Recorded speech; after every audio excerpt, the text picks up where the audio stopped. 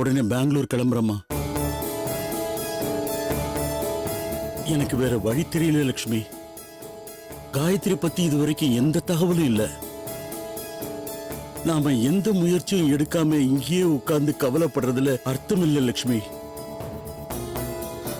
ஆமாப்பா, அவங்க என்னடானா இதோ போலீஸ் கேஸ் அது எதுன்றாங்க. ரேணுகா அக்கா என்னடானா அக்காவுக்கு கல்யாணமே ஆயிடுச்சுன்னு சொல்றாங்க. எனக்கு அப்படியே பைத்தியமே பிடிச்சிரும் போல இருக்குப்பா.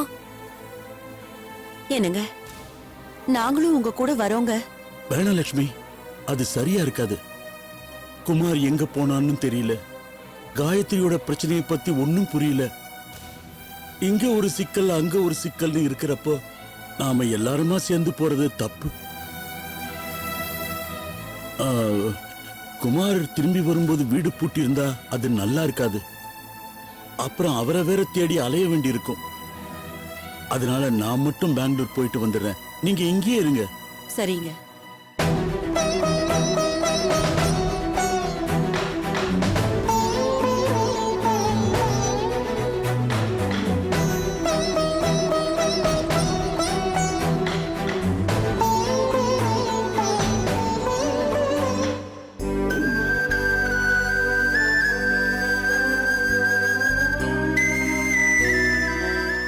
லட்சுமி, நான் எப்படியாவது காயத்ரியை தேடி கண்டுபிடிச்சு கூட்டிகிட்டு வந்துடுறேன். நீ கௌரிய பத்திரமா பாத்துக்க. சரிங்க. கிளம்புறேன். சரிங்க.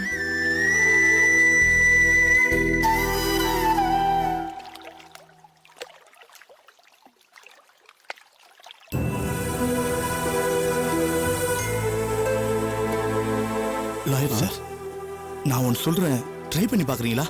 சொல்லுங்க சார். சூர்யா இப்ப கோமால இருக்கான். அவன் எப்ப கண்ணு முழிப்பான்னு சொல்ல முடியாதுன்னு டாக்டர் சொல்றாரு. ஆமா, டாக்டர் சொல்றத ஒரு ஸ்டேட்மெண்டா வாங்குறது ஒன்னும் பெரிய விஷயமா இருக்காது. எனக்கு என்ன தோணுதுன்னா, நமக்கு இங்க நடக்கிற ட்ரீட்மெண்ட்ல நம்பிக்கை இல்லைன்னு சொல்லி கோர்ட்ல ஒரு மனு போடுவோம். டாக்டர் சொன்னதே அதுக்கு எவிடன்ஸா ப்ரொவைட் பண்ணுவோம். சரி, சென்னைக்கு கூட்டு போய் ட்ரீட்மெண்ட் பண்ணுவோம். அவன் எப்ப கண்ணு முழிச்சாலும் அப்ப உடனே இங்க விசாரணை கூட்டு வந்து ஒப்படைக்கிறேன்னு சொல்லி கோர்ட்ல கேட்க முடியுங்களா? ஐ சி. ஓரளவுக்கு ஒர்க் அவுட் ஆகுற மாதிரி தான் தோணுது. பட் நாம அதுக்கு முதல்ல டாக்டர்கிட்ட பேசுறதுக்கு முன்னாடி கோர்ட்ல போய் ஒரு உத்தரவு வாங்கணும். டாக்டரை கூப்பிட்டு கோர்ட்டே விசாரிக்கிற மாதிரி ஒரு உத்தரவு வாங்குவோம். செஞ்சிடுங்களேன். செஞ்சிடுவோம். எப்படியாச்சும் சூர்யாவை சென்னை கூட்டிட்டு போயிடணும் சார். அவன் இருக்கவே கூடாது. செஞ்சிடலாம். கூட்டிட்டு போய தாராளமா கூட்டிட்டு போ.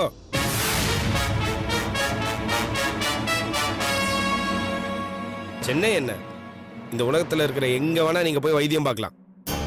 உங்க புள்ள உங்க காசு, நீங்க என்ன வேணா பண்ணலாம். ஆனா என்ன, உங்க புள்ள இந்த ஊர்ல இருந்து ஒரு அடி எடுத்து வைக்கிறதுக்கு முன்னாடி காயத்ரி எங்க இருக்கா, அவளுக்கு என்ன ஆச்சுன்னு சொல்லணும். என்ன பாக்குற, அதெல்லாம் அவ்வளவு ஈஸியா போயிட முடியாது. என்னென்ன கேன பையன் நினைச்சே, உன் புள்ள காயத்ரியை கூட்டிட்டு எங்க ஓடினா என்ன பண்ணான்னு சொல்லாம இங்க இருந்து ஒரு அடி எடுத்து வைக்க முடியாது. பாக்குறேன்டா, அதையும் பாக்குறேன். இப்ப சொல்றேன்டா, என் புள்ளைய நான் சென்னைக்கு கூட்டு போய் தான் தீருவேன். அதை நான் பார்த்துட்டு சும்மா இருப்பேன் நினைச்சியா? மிஸ்டர், உங்களுக்கு என்ன வேணும்? ஏன் இங்க வந்து அடிக்கடி கலாட்டா பண்ணிட்டு இருக்கீங்க? ஏன் கேட்க மாட்டீங்க? வயசு பொண்ணு பார்க்க அழகா இருக்கா, கண்டவனும் வந்து புருஷன்பா, அதெல்லாம் நாங்க பார்த்து சும்மா இருக்கணும்ல. யோ, நீ எப்படி சென்னை கூட்டிட்டு போறேன்னு பாக்குறியா? வாய மூடுடா ராஸ்கல். என்ன பண்ணுவ? என்ன பண்ணுவ? என் புள்ளைய சென்னை கூட்டு போய் ட்ரீட்மெண்ட் கொடுத்தே தீருவேன்டா. உன்னால முடிஞ்சதை நீ பாத்துக்கடா. பார்க்கலாம் பார்க்கலாம். பாரு பாரு. Hello hello hello, both of you shut up. இது ஃபிஷ் மார்க்கெட் இல்ல, ஹாஸ்பிடல். என்னத்துக்காக கத்திட்டு இருக்கீங்க? குமார், நீங்க எதுக்காக இங்க வந்தீங்க? என்ன சார் இப்படி கேக்குறீங்க? தொலைஞ்சு போனதே மாமா பொண்ணு சார், குடும்பமே இடிஞ்சு போய் கிடக்கு. இந்த ஆளோட பையன் வாயை திறந்து சொன்னதான் காயத்ரி எங்க இருக்கான்னு தெரியும் சார். சார், இவன் வேணும்னு வெறுப்பேத்துறா சார். இந்த ராஸ்கல் தர்மலிங்கம், விடுங்க, கொஞ்சம் பொறுமையா இருங்க. என்ன சார்? நான் சொல்றேன் இல்லையா? குமார், நீங்க என் கூட வாங்க, உங்ககிட்ட கொஞ்சம் தனியா பேசணும். சார், அந்த பையன் நான் தான் சொல்றேன்ல, ஒண்ணு இல்ல குமார், வாங்க.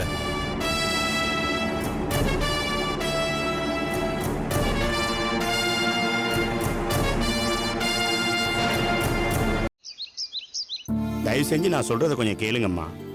இதுல ஒரு கையெழுத்து மட்டும் போடுங்க. இந்த அப்ளிகேஷன், இன்டர்வியூ எல்லாம் ஒரு ஃபார்மாலிட்டிஸ் தான்.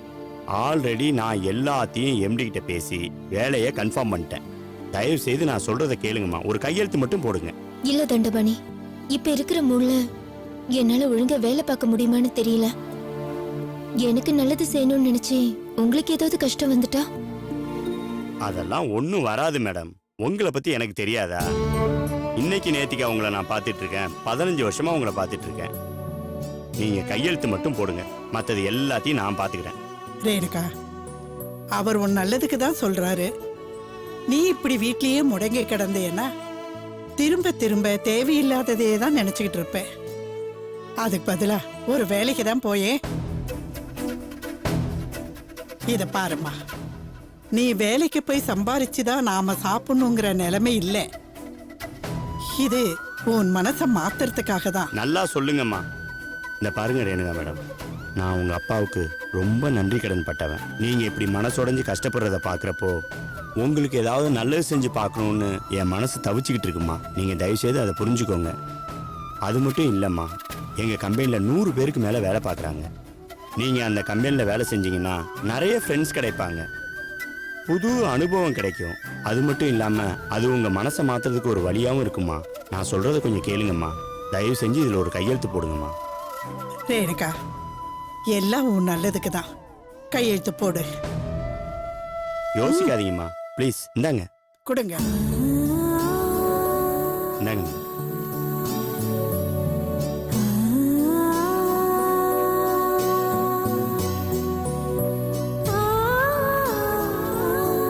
ரொம்ப சந்தோஷம்மா. நாளைக்கு பொழுது விடியறப்போ புதுசா பிறக்கிறதா நினைச்சுக்கோங்க. நான் வரேன் மேடம். வரேம்மா. மிஸ்டர் தண்டபாணி, அம்மா, ரேணுகாவை பத்தி உங்களுக்கு நல்லா தெரியும். அவளுக்கு எந்த கஷ்டமும் சிரமமும் இல்லாம நீங்க தான் பாத்துக்கணும். நீங்க சொல்லவே வேணாம்மா, அது என் கடமை. நான் பாத்துக்கிறேன். வரேம்மா. வரேன் மேடம். வரேம்மா. வாங்க.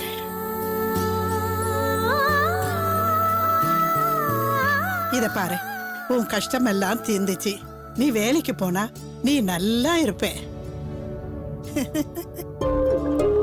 வாங்க குமார், நம்ம உட்கார்ந்து பேசலாம்.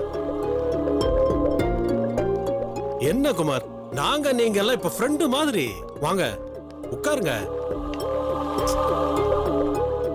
என்ன சாப்பிடுறீங்க? டீ சாப்பிடுறீங்களா, காஃபி சாப்பிடுறீங்களா? டேய், யாராங்க? சார் அதெல்லாம் இது வேணாம் சார். டேய், என்னடா நீ பெரிய இவனா?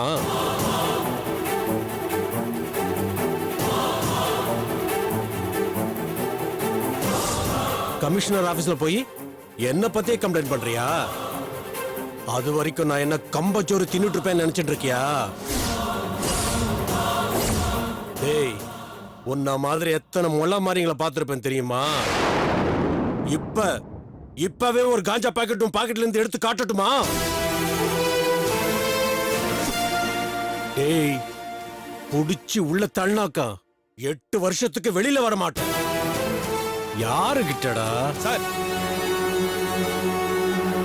என்னடா சாரு? எப்படி உன் ஃப்ரெண்டு கமிஷன் ஆபீஸ்ல வேலை பாக்குறானா? டேய், நீயே ஒரு வெத்து வேட்டு, உனக்கு ஒரு ஃப்ரெண்டு அவன் கமிஷனர் ஆபீஸ்ல வேலை செய்யறானா? ஏண்டா என்ன கேனக்கு இருக்க நினைச்சிட்டு இருக்கியா? யோ, போனா போகட்டும்னு நேத்து வரைக்கும் ஒண்ணுமே பண்ணாம விட்டு வச்சிருக்கேன். இதோ பார், என்ன பத்தி உனக்கு தெரியாது. வீணா மோத நினைச்ச நீயும் செத்துடுவ. சும்மா நிறுத்துங்க சார். உன்ன இந்த பயமுறுத்துற வரலாம் என்கிட்ட வேண்டாம். எப்ப நீங்க வாய் கூசாம காயத்ரி கஞ்சா கடத்தலன்னு சொன்னீங்களோ அப்பவே உங்க யோகிதை என்னன்னு நல்லா தெரிஞ்சு போச்சு. அதான் நான் கமிஷனர் பார்க்க போனேன். யோ, அறிவில்லாம பேசாதயா. காயத்ரியும் சூர்யாவும் கல்யாணமானவங்க. அவ காஞ்சா கடத்தன பார்த்ததுக்கு ஐ விட்னஸ் இருக்கு. அது என்ன ஐ விட்னஸ் நானும் பாத்துறேன். இப்பவே போறேன். கோர்ட்டுக்கு போய் ஏபஸ் காப்பஸ் மனு போட்டனா தொலைஞ்சு போன காயத்ரியை நீங்களே தேடி கொண்டு வந்து என் கண்ணு முன்னாடி நிறுத்த வேண்டியது வரும். என்ன முழிக்கிறீங்க? நீங்க யாருக்கு கை கூலி, எதுக்காக இந்த வேலையெல்லாம் பண்றீங்கன்னு எனக்கு எல்லாமே தெரிஞ்சு போச்சு. காயத்ரி அப்பாவுக்கு, அவளுக்கு மட்டும் உங்களால ஆபத்துன்னு மட்டும் எனக்கு தெரிஞ்சது. இந்த உலகத்துல நீங்க எந்த மூளைக்கு போனாலும் நான் சும்மா விட மாட்டேன்.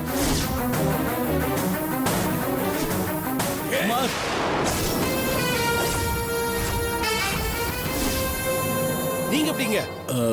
நம்ம காயத்ரிக்கு இங்க ஏதோ பிரச்சனைன்னு. யோ, யார் நீ? ஐயா, நான் காயத்ரியோட அப்பாங்க.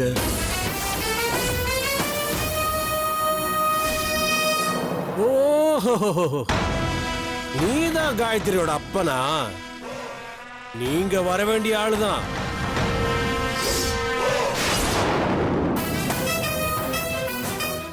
மாமா இங்க எதுவும் பேச வேணாம். வாங்க மாமா வாங்க. ஏய் குமார், குமார், குமார், நான் சொல்றது கேளு. குமார், குமார். ச்சே.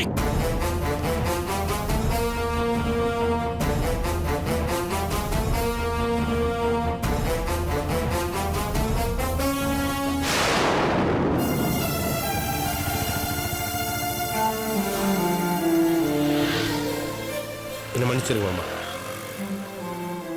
எனக்கு தெரியும் நீங்க எவ்வளவு மன கஷ்டப்பட்டிருக்கீங்கன்னு. நம்ம பிரச்சனை எல்லாம் நம்ம அப்புறம் பாத்துக்கலாம் மாமா. காயத்ரியை சுத்தி ஒரு சூழ்ச்சியே நடக்குது. அதை பத்திலாம் எனக்கு இப்பதான் தெரியுது. நானும் என்னென்னவோ கேள்விப்பட்டேன் குமார். அந்த சூர்யா காயத்ரியை பார்க்கறதுக்காக இங்க வந்திருக்கிறான். வந்த இடத்துல அடிபட்டு கோமால இருக்கான். அதெல்லாம் எனக்கு தெரியும் மாமா. அது இல்ல குமார், காயத்ரிக்கு அவன் தாலிய கட்டிட்டானா? அதுவும் எனக்கு தெரியும் மாமா.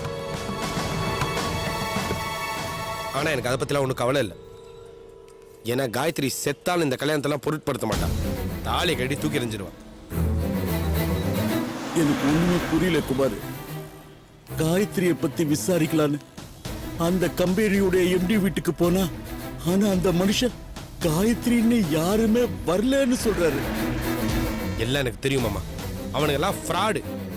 அந்த எம்டியும் சரி இன்ஸ்பெக்டரும் சரி ரெண்டு பேரும் சேர்ந்து பிளான் பண்ணி சூழ்ச்சி பண்ணிட்டு இருக்கானுங்க. ஆனா என்ன, அந்த சூர்யா முழிச்சாதான் எல்லாம் உண்மையும் தெரியுங்கிறாங்க. ஆனா அது வரைக்கும் நம்ம காத்துட்டு இருக்க கூடாது மாமா. காயத்ரி எப்படியும் நம்ம கண்டுபிடிச்சாகணும். கண்டுபிடிக்கணும்.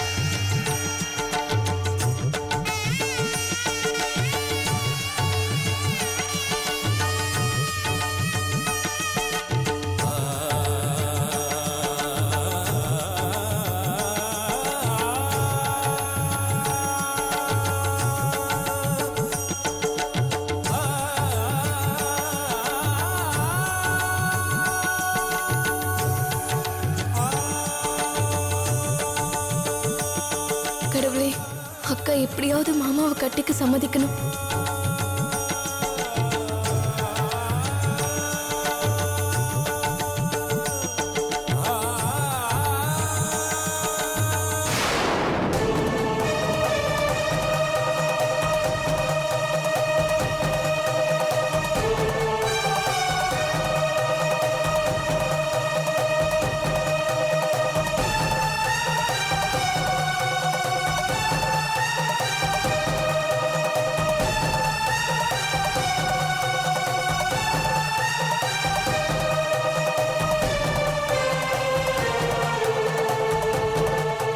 அம்மா தாயே, சூர்யாவை மட்டும்தான் ஆசைப்பட்டேன்.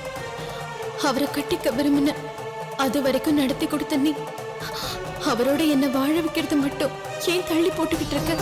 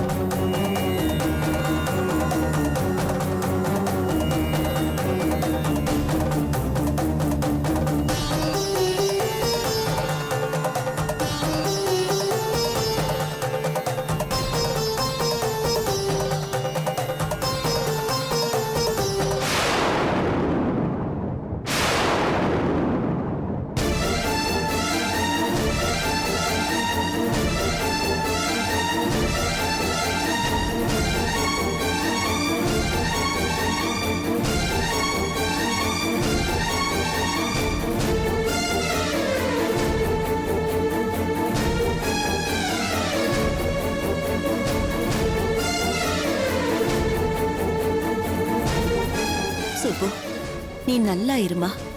ஆனா எங்க குடும்பத்தை ஏமா நிம்மதியா வாழ விடாம பண்ற?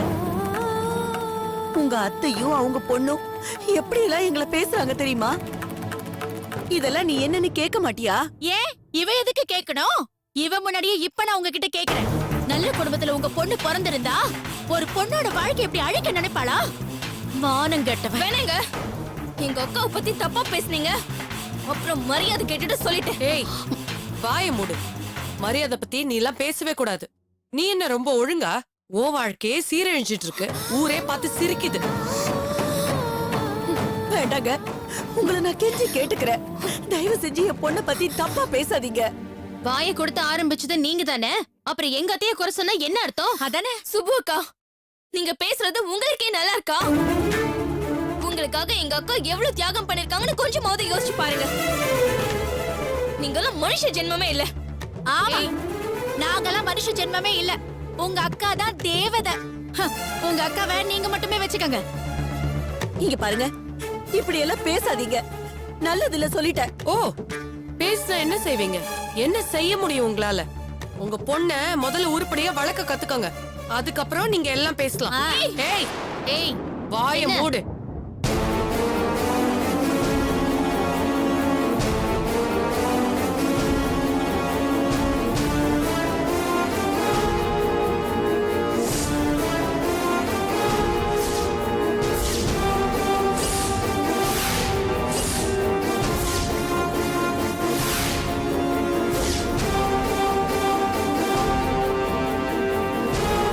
உன் அக்கா என்ன தான் தப்பு பேச்சு பண்ணிருக்கா. பேசுற? யாரு என்ன? போதும், நிறுத்துங்க. தயவு செஞ்சு நிறுத்துங்க. கௌரி, வாடி வாடி போலாம். இவங்கெல்லாம் கோயிலுக்கு வரலன்னு யார் அழுதா? ச்சே.